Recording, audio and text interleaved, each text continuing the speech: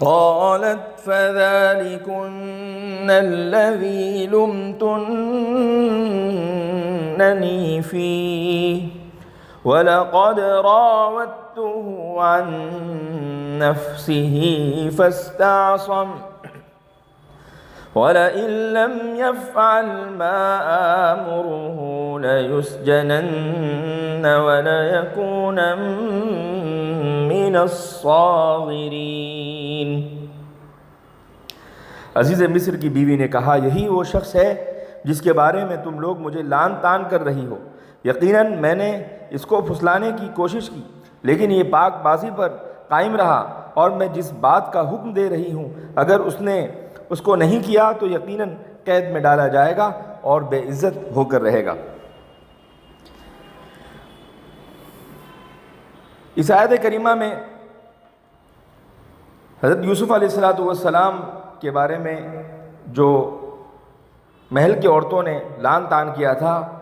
جب ان سب کو جمع کر لیا اور زلیخا بالکل اس طرح سے سمجھ گئی کہ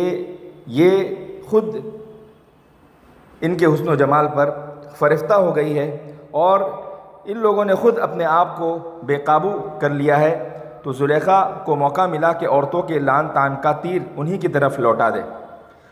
مجمع کا رنگ دیکھ کر زلیخا بالکل ہی کھل پڑی اور واقعے کا صاف صاف اظہار کر دیا کہ بے شک میں نے ان کا دل لینا چاہا تھا، مگر اس بندے خدا نے ایسا مضبوط اپنے آپ کو تھامے رکھا کہ کسی طرح میری بات کو مان کر نہ دیا۔ یہ خدا تعالیٰ نے شہر کی عورتوں کے مجمع میں حضرت یوسف علیہ السلام کی کمال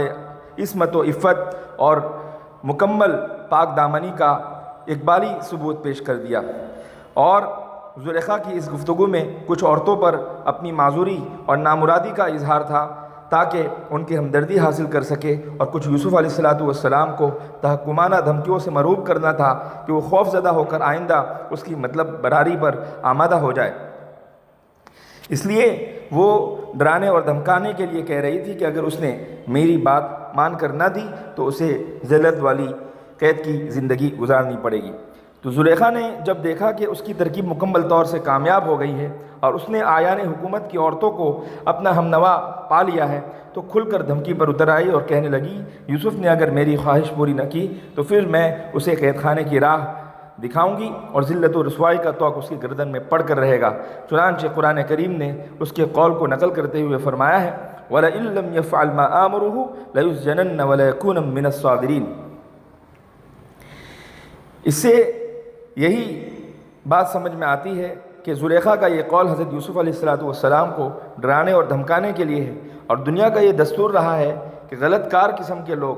جب کہ انہیں طاقت و قوت اور شوکت و حکومت بھی حاصل ہو تو پہلے وہ اپنا کام منت سماعت سے نکالنے کی کوشش کرتے ہیں، عاجزی کرتے ہیں تاکہ بدنامی سے محفوظ رہے، مگر جب اس طرح ان کا مقصد حاصل نہیں ہو پاتا تو پھر وہ طاقت و قوت کے ظام میں ظلم و تعدی کی راہ اپناتے ہیں۔ یہاں زلیخا نے بھی ٹھیک اسی طرز عمل کو اختیار کیا ہے۔ اب یہ قید خانے میں جو ڈالے جانے کا معاملہ ہے، تو یہاں پر ایک بحث یہ کی جا سکتی ہے کہ قید خانے کی ابتدا کب ہوئی اور سب سے پہلے کس نے اسے بنایا، اس کا پتہ لگانا تو دشوار ہے۔ البتہ اتنی بات محقق اور ثابت ہے کہ قید خانے کی تاریخ بہت زیادہ پرانی ہے اور زمانہ قدیم سے قید خانے کا رواج رہا ہے۔ زلیخا کے قول لیسجنن اور بعد کے واقعات سے یہ بات ثابت ہوتی ہے کہ اس زمانے میں ملک مصر میں باقاعدہ قید خانے وغیرہ موجود تھے اور لوگوں کو ڈرانے اور دھمکانے کے لیے اس طریقے کی بات ہوا کرتی تھی جس طرح کے آج کل کے معاملات میں آدمی سنتا اور دیکھتا ہے۔